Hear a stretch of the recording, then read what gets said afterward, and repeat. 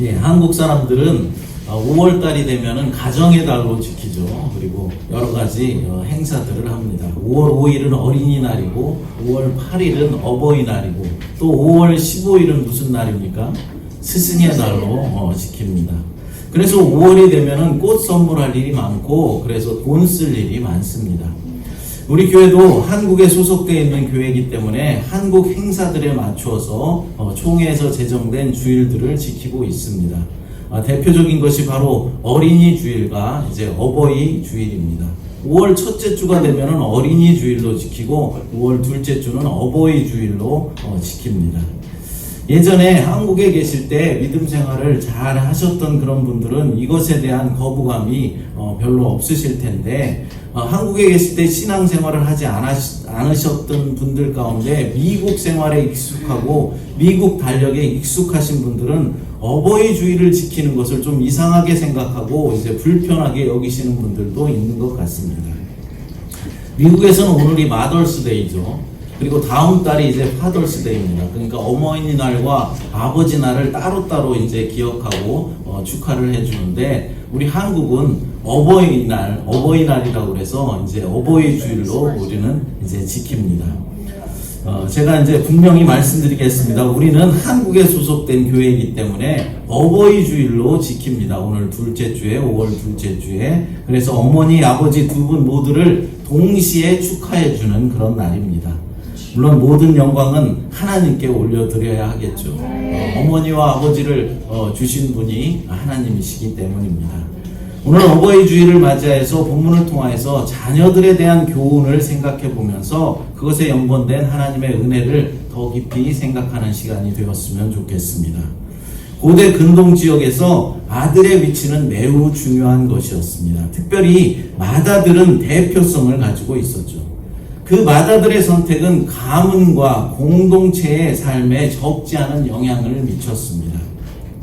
본문에서 이제 3명의 아들이 나오는데 맏아들을 비롯한 3종류의 아들에 대해서 살펴보면서 그것을 통해서 우리에게 말씀하시고자 하시는 하나님의 신학적인 의미와 우리를 향하신 은혜를 살펴보도록 하겠습니다. 첫 번째로 맏아들에 대한 교훈입니다. 본문 15절 16절 같이 다시 한번 읽어보겠습니다.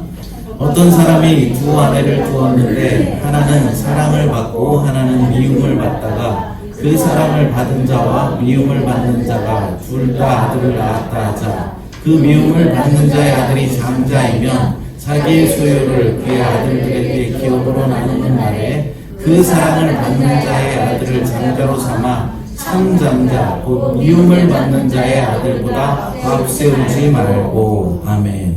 어떤 사람이 두 아내를 두었다라고 말씀합니다. 본문은 두 아내를 거느린 한 남자의 정황을 가정해서 규례를 제시하고 있습니다. 남편이 두 여자를 동일하게 사랑할 수는 없습니다. 둘 다 사랑할 수는 있지만은 동일하게 똑같이 사랑할 수는 없다라는 것이죠. 사무엘의 아버지 엘가나는 두 아내를 두었죠. 한나와 분인나라는 두 아내가 있었는데 그 중에서 한나를 더 사랑했습니다. 야곱도 2명의 아내가 있었습니다. 레아와 라헬이라는 두 아내가 있었는데 그 중에서도 라헬을 더욱더 사랑했습니다. 결국 한쪽을 더 사랑하게 되고 사랑받지 못한 아내는 어떻습니까? 시기와 질투 그리고 원망 등으로 삶을 살아갈 수밖에 없는 것이죠. 더 큰 문제는 사랑을 받지 못하거나 덜 사랑받는 여자의 자식들에게 미치는 영향입니다. 재산 상속에 있어서 불이익을 당할 수 있었다라는 것입니다. 남편은 자연스럽게 자신이 더 사랑하는 아내의 자식에게 마음이 더 갈 것이고 재산 상속에 있어서도 그렇게 할 것이다 라는 것이죠. 하지만 모세의 율법은 그것을 금지하고 있는 것입니다. 특별히 장자의 상속권을 인정해 주라라고 말씀하는 것이죠. 그러니까 사랑받지 못한 아내의 아들이 장자로 태어났으면 맏아들로 태어났으면 그 장자권을 인정해 주어야 한다라는 것입니다. 남편의 사사로운 감정에 의해서 맏아들의 권리가 박탈당하는 것을 금지하는 규정입니다. 그러니까 어머니에 따라서 또는 마다들의 어떤 능력에 따라서 그 대우가 달라지지 않도록 함으로 가정의 질서를 보호하려는 규정입니다. 본문 17절을 읽어보겠습니다. 반드시 그 미움을 받는 자의 아들을 장자로 인정하여 자기의 소유에서 그에게는 두 몫을 줄 것이니 그는 자기의 기력의 시작이라 장자의 권리가 그에게 있음이니라. 아멘. 미움을 받는 아내의 아들을 장자로 인정하여서 반드시 두 몫을 주라 라고 말씀합니다. 히브리 문화에서 마다들은 하나님의 소유라는 의미가 있습니다. 그리고 마다들에게는 다른 자녀들과 구별되는 책임과 권리가 부여되어 있습니다. 고대 근동에서 장자의 권한은 시대와 장소에 따라서 여러 가지 상당히 다양한 의미가 있습니다. 어떤 지역에서는 장자들에게 모든 상속을 다 해줄 것이라고 다 해주는 그런 지역이 있었는가 하면은 다른 지역에서는 다른 자식에 의해서 두 몫을 주라거나 10%를 더 상속해 주라라고도 했습니다. 또 어떤 문화에서는 장자가 다른 형제들과 똑같이 동일한 양의 유산을 받지만 먼저 선택할 권한이 주어지기도 했습니다. 그러니까 아버지가 부동산이 집도 있고 땅도 있고 여러 가지가 있는데 어떤 것을 가질지 장자에게 먼저 선택할 권한이 주어졌다라는 것이죠. 여러분, 우리나라에서도 옛날에는 장자들이 어땠습니까? 유산 상속을 장자들이 더 많이 받았죠. 다 받았는지 더 받았는지 모르겠지만은 장자들이 유산 상속을 많이 받았습니다. 물론 지금은 동일하게 상속되는 것이 원칙입니다. 본문에도 장자에게 두 몫을 주라라고 분명히 말씀하고 있습니다. 장자들에게 이렇게 특별한 권한이 주어져 있었다라는 것이죠. 그런데 여러분, 하나님은 이스라엘 백성들을 구속사에 있어서 모든 민족의 영적인 마다들로 세우셨다라는 것입니다. 영적인 장자로 세우셨다라는 것이죠.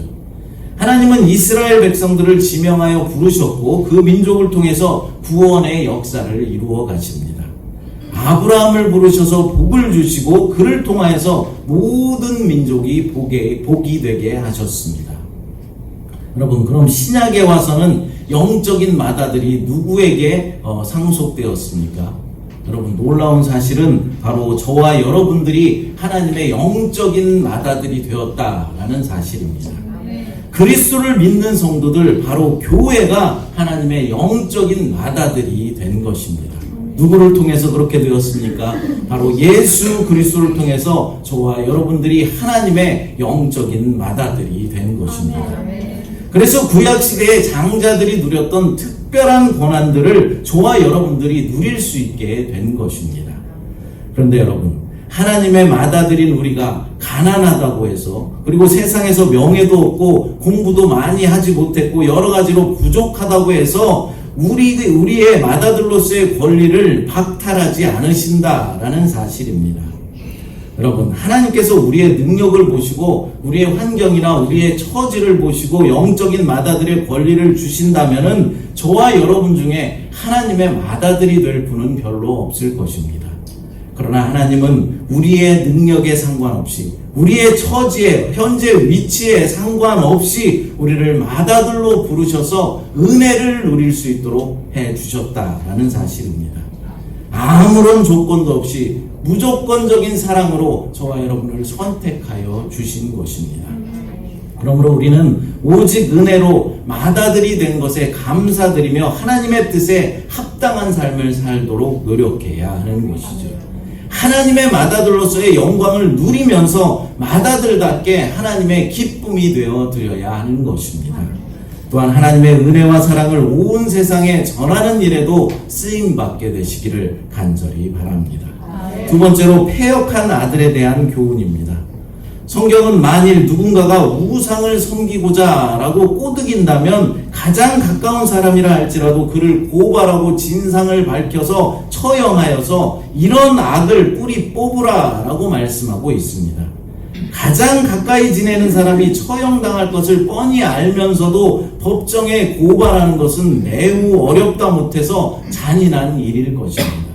그러나 공동체의 순수성을 유지하기 위해서는 꼭 그렇게 해야 한다라는 것이죠. 그런데 이것보다도 더 어려운 것이 있습니다. 본문 18절, 19절 말씀입니다. 사람에게 완악하고 패역한 아들이 있어 그의 아버지의 말이나 그의 어머니 말을 순종하지 아니하고 부모가 징계하여도 순종하지 아니하거든 그의 부모가 그를 끌고 성문에 이르러 그 성읍 장로들에게 나아가서 아멘. 부모의 말을 듣지 않고 패역한 자식이 있으면 부모가 그를 성문으로 끌고 가서 성읍의 장로들에게 데리고 가라라는 것입니다. 그런데 성문으로 끌고 가서 매를 몇 대 맞고 다시 집으로 돌려보내는 것이 아닙니다. 돌에 맞아서 처형당할 수 있는 것이죠. 본문 20절, 21절을 읽어보겠습니다. 성읍 장로들에게 말하기를 우리의 이 자식은 완악하고 패역하여 우리 말을 듣지 아니하고 방탕하며 술에 잠긴 자라 하면 그 성읍의 모든 사람들이 그를 돌로 쳐 죽일지니 이같이 내가 너희 중에서 악을 제하라. 그리하면 온 이스라엘이 듣고 두려워하리라. 아멘. 오늘날의 우리의 자녀들은 이 본문의 말씀을 읽고 하나님께 정말로 감사를 드려야 합니다. 왜입니까? 오늘날 부모의 말에 순종하지 않았다라고 해서 끌어내서 돌로 쳐 죽이는 일은 없기 때문입니다. 오늘날에는 죽이기는커녕 회초리를 한 대 때리기도 어려운 세상이 되었습니다. 그런데 언약 공동체였던 이스라엘에서는 부모의 고소에 의해서 패역한 자녀들을 죽일 수 있는 법도 있었다라는 사실입니다. 여러분, 아무리 자식이 사악하고 패역한 자식이라고 할지라도 어떻게 부모가 자식을 죽이는데 고소할 수 있겠습니까? 여러분 같으면 그렇게 할 수 있겠습니까? 실제로 이 율법이 성경이나 유대인들의 문헌을 아무리 살펴봐도 한 번도 적용된 예가 없었다라는 사실입니다. 물론 부모에게 순종하지 않았던 자녀들은 많이 있었겠지만 부모된 입장에서 자녀를 죽이는 일에 내놓을 수는 없었던 것입니다. 그럼 왜 이렇게 실용성이 없는 법을 만들어 놓았던 것일까요?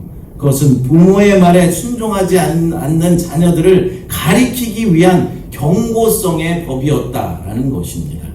그만큼 부모에게 패역하는 것은 심각한 범죄로 생각하였던 것입니다. 자녀들이 부모에게 반항하는 일이 이처럼 심각한 범죄로 지적되는 이유는 무엇일까요? 이스라엘 사회처럼 가부장적인 사회에서 아버지의 권위가 존중되는 것은 사회의 안정과 질서를 유지하는 데 결정적인 역할을 했습니다. 그러므로 한 자녀가 부모에게 반역하는 행위는 온 이스라엘 사회의 안정을 위협하는 행위로 간주되었기 때문입니다. 여러분, 십계명에도 보면은 제5계명에 내 부모를 공경하라 라고 명령합니다. 십계명은 크게 두 가지 계명으로 크게 나눌 수가 있습니다. 제1계명부터 4계명까지는 하나님 사랑에 대한 계명입니다. 제5계명부터 마지막 10계명은 이웃 사랑에 대한 명령이죠. 그런데 이웃에 대한 계명을 시작하는 첫 번째 계명인 제5계명이 내 부모를 공경하라 라는 명령이라는 사실입니다. 여러분, 제5계명은 모든 인간관계, 모든 윤리의 초석이 되는 것입니다. 인간관계를 이루는 사회의 기본 단위인 가정에는 세 가지의 관계가 있습니다. 어떤 관계가 있습니까? 먼저는 부부관계가 있고, 그 다음에 부자관계가 있고, 형제관계가 있습니다. 그런데 모든 인간과의 관계에서 가장 기본적인 것이 바로 부모님과의 관계라는 것입니다. 부모님과의 관계가 좋을 수도 있고 좋은 사람도 있고 부모님과의 관계가 별로 좋지 않고 나쁜 사람도 있을 수 있지만 부모와의 관계가 아예 없는 사람은 없습니다. 부모가 누구인지 모르는 사람이라도 어쨌거나 부모를 통하여서 태어난 것은 사실입니다. 그러므로 부모와의 관계는 모든 사람에게 공통적이다라는 것이죠. 그럼 우리가 부모를 공경해야 하는 이유는 무엇일까요? 그것은 하나님께서 자녀에게 부모를 대리자로 세워주셨기 때문입니다. 부모는 나를 낳아주심으로 하나님을 대리하는 것입니다. 부모는 자식을 낳음으로써 하나님의 창조를 대리합니다. 부모는 이 세상에서 나에게 가장 소중하고 가장 귀한 생명을 주신 분이십니다. 그러므로 자식은 부모를 존경함이 마땅한 일입니다. 자기에게 용돈을 많이 안 준다고 부모를 욕하는 자식들, 부모가 배운 것이 없다고 무시하는 자식들, 유산을 안 준다고 불평하는 자식들은 모두가 아직 철이 안 든 자식들입니다. 설사 부모가 나를 낳아서 버렸다라고 할지라도 부모는 나를 낳아주신 것 그거 하나만 가지고도 값진 선물을 나에게 주신 분이십니다. 그러므로 자식으로 태어나서 부모를 공경하는 것은 인간으로서의 가장 기본적인 도리입니다. 그럼 어떻게 하는 것이 부모를 공경하는 것일까요? 첫째로 부모님을 존경하고 감사하는 일입니다. 부모가 좋은 직업을 가지고 있고 돈을 많이 벌어서 존경하는 것이 아닙니다. 하나님께서 부모에게 주신 권위 때문에 존경하는 것입니다. 부모님을 존경하고 감사하는 마음이 없다면 모든 것이 무거운 부담으로만 다가올 것입니다. 하지만 부모님의 은혜에 대해서 감사하는 마음으로 모든 것을 감당하게 되면은 부모 공경이 무거운 짐이 아니라 기쁨이 될 수 있는 것입니다. 둘째로 부모님께 우리는 순종해야 합니다. 부모의 말을 듣는 것이 부모 공경의 첫걸음이다라는 것이죠. 성경에서도 말씀하고 있습니다. 잠언 1장 8절 9절을 같이 읽어보겠습니다. 내 아들아 내 아비의 훈계를 들으며 내 어미의 법을 떠나지 말라. 이는 내 머리에 아름다운 간이요 내 목에 금사슬이니라. 아멘. 아버지의 훈계를 듣고 어머니의 법을 지키라고 말씀하는 것입니다. 또한 성경은 자녀가 부모를 멸시하거나 순종하지 않는 죄의 심각성에 대해서 다음과 같이 말씀했습니다. 잠언 30장 17절 말씀을 읽어보겠습니다. 아비를 조롱하며 어미 순종하기를 싫어하는 자의 눈은 골짜기에 까마귀에게 쪼이고 독수리 새끼에게 먹히리라. 아멘. 부모에게 불순종하는 자는 까마귀에게 쪼이게 하고 독수리의 밥이 되게 하라 라고 말씀하는 것입니다. 오늘 본문에서도 자녀가 패역하고 부모의 말에 불순종하는 자녀가 있으면 어떻게 하라고 했습니까? 공동체에 끌어내서 돌로 쳐 죽이라 라고 말씀했습니다. 우리 시대의 눈높이로 보면 참으로 충격적인 말씀들입니다. 하지만 여러분, 율법 시대 당시에 그 사람들의 눈높이로 오늘날의 우리들의 상황을 본다면 어떻겠습니까? 오늘날 우리 자녀들이 부모에게 하는 모습을 보면 그들 또한 충격을 받을 것입니다. 아니 어떻게 아들이 아버지 말에 꼬박꼬박 말 대답을 하면서 대들을 수가 있어 라고 말하며 비정상으로 볼 것이다 라는 것입니다. 물론 구약시대 율법이 오늘날 동일하게 적용되는 것은 아닙니다. 만약 그대로 적용되었다가는 살아남을 자식이 아무도 없을 것이기 때문입니다. 그러나 율법 속에 담긴 정신만큼은 동일한 것이다 라는 것이죠. 부모를 공경해야 한다라는 정신은 동일하다라는 것입니다. 그런데 여러분, 제5계명에서 말하는 부모는 육신의 부모만에 한정되지 않는다라는 사실도 우리는 깨달아야 합니다. 그러니까 부모로 대표되는 하나님께서 세우신 모든 권위에 대한 순종이 있어야 한다라는 것이죠. 웨스트민스터 대의리 문답 124번을 보면은 이렇게 묻고 답합니다. 제5계명에 있는 부모는 누구를 뜻합니까? 라고 묻습니다. 그에 대한 답변을 보면 다음과 같이 말씀하죠. 제5계명에 있는 부모는 혈육의 부모뿐 아니라 연령, 은사의 모든 윗사람과 특히 하나님의 규례에 의해서 가정, 교회, 국가를 막론하고 우리 위에 있는 권위의 자리에 있는 자들을 뜻한다라고 명시하고 있습니다. 하나님께서 가정의 권위를 부모님께 부여해 주신 것처럼 직장의 권위는 상사에게 주어졌고 교회의 권위는 목사에게 주어졌습니다.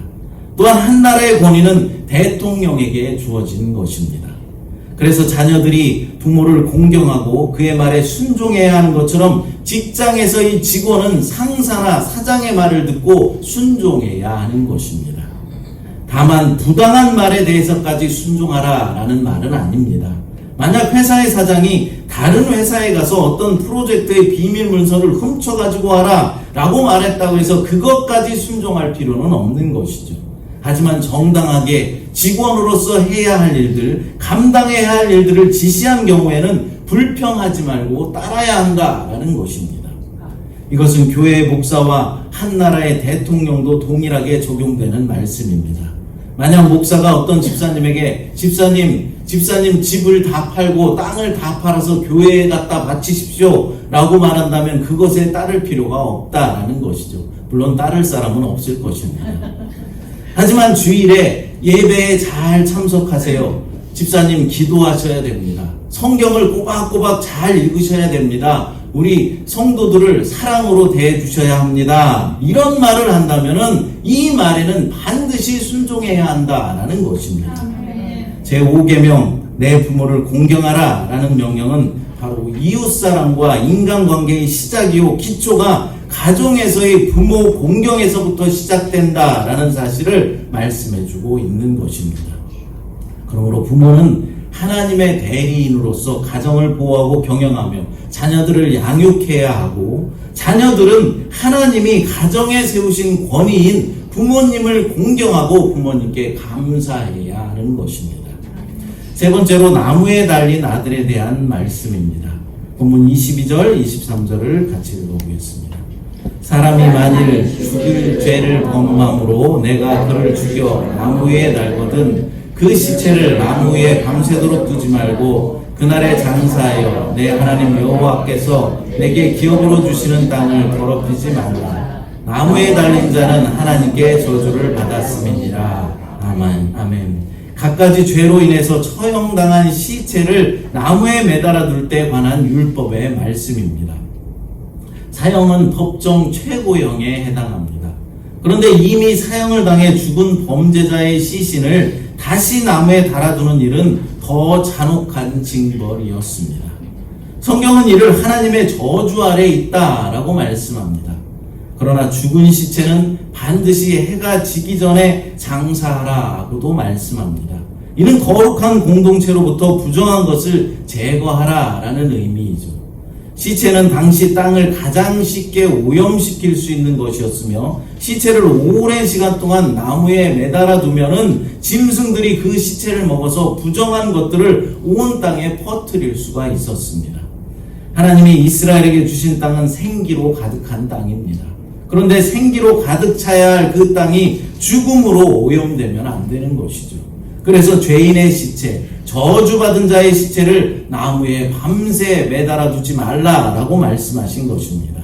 그런데 여러분, 예수님께서도 하나님의 저주를 받아서 나무에 달리셨습니다. 왜 하나님의 아들이신 예수 그리스도께서 저주를 받으신 것입니까?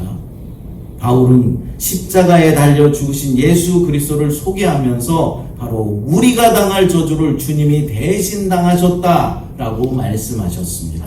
갈라디아서 3장 13절을 같이 읽어보겠습니다.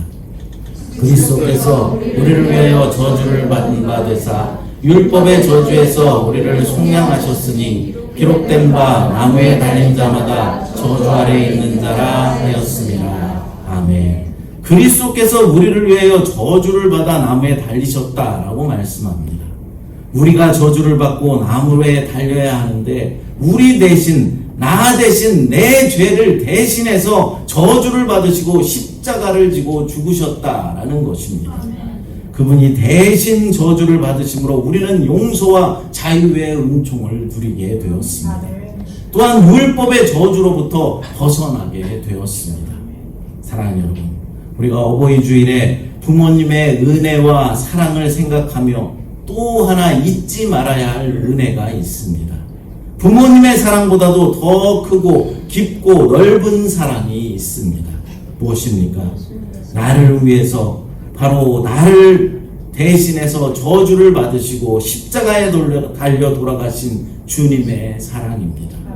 내가 저주받아야 하는데, 내가 나무에 달려서 죽어야 마땅한데, 나 대신 죄가 없으신 하나님의 아들 독생자 예수 그리스도께서 대신 저주를 받으신 것입니다. 나무에 달려 죽으신 것입니다. 우리를 위해서 나무에 달리신 그리스도의 죽음을 생각할 때 그 은혜에 감격하지 않을 수 없는 것이죠. 사랑하는 여러분, 하나님의 아들 예수 그리스도의 희생으로 모든 인류는 죄와 허물을 용서받았습니다. 예수 그리스도를 믿어서 하나님의 자녀가 된 우리는 육신의 부모는 물론이거니와 영의 아버지인 하나님의 권위와 말씀에 순종하고 그분을 기쁘시게 하는 삶을 살아내야 하는 것입니다. 이제 정리하겠습니다. 첫째로 우리는 영적인 하나님의 맏아들이 되었습니다. 그래서 맏아들로서의 특권을 누리며 우리는 살아갑니다. 특권을 누리고만 살 것이 아니라 하나님의 맏아들로서 하나님을 기쁘시게 해드리며 주의 사랑을 전하는 일에도 쓰임받게 되시기를 간절히 바랍니다. 둘째로 우리는 패역한 자녀들이 되면 안 됩니다. 제5계명의 부모를 공경하라 라고 말씀하셨죠. 이 말씀을 깊이 새기며 하나님께서 부여해 주신 가정의 권위인 부모님께 순종하며 부모를 잘 공경해야 하는 것입니다. 부모 공경은 모든 인간관계에서 가장 기본이며 초석이 된다라는 사실입니다. 셋째로 나무에 달리신 아들 바로 예수 그리스도의 그 은혜와 사랑을 잊지 말아야 합니다. 주님께서 나를 대신해 저주를 받으시고 나무에 달려 죽으신 것입니다. 이 사실들을 기억하며 깨달아서 부모님의 기쁨이 됨과 동시에 하나님의 기쁨이 되는 저와 여러분 모두가 되시기를 간절히 축복합니다. 함께 찬양 부르시고 기도하도록 하겠습니다. 아까 불렀던 찬양 비준비하시니 라는 찬양 부르시고 기도하도록 하겠습니다. 하나님 아버지 감사합니다. 오늘 어버이 주일로 드리면서 부모님의 은혜를 다시 한번 기억하게 하시니 감사합니다. 부모님은 하나님께서 가정의 권위로 세워주신 분들이라는 사실을 깨달아서 부모를 공경하며 감사하는 자녀들이 다 될 수 있도록 하나님 인도하여 주시옵소서. 또한 부모님의 사랑보다도 더 크고 깊은 사랑으로 우리를 영적인 맏아들이 되게 하셔서 특별한 은혜들을 누리게 하시고 하나님의 독생자 예수 그리스도를 나무에 다심으로 우리를 대신해 바로 나의 죄를 대신해 죽게 하신 그 은혜를 깨닫는 시간이 될 수 있도록 인도하여 주시옵소서. 부모님께 기쁨이 됨과 동시에 하나님의 기쁨이 되는 믿음의 삶을 살아갈 수 있도록 하나님 우리들 축복하여 주시옵소서. 거룩하신 예수님의 이름으로 기도드리옵나이다. 아멘.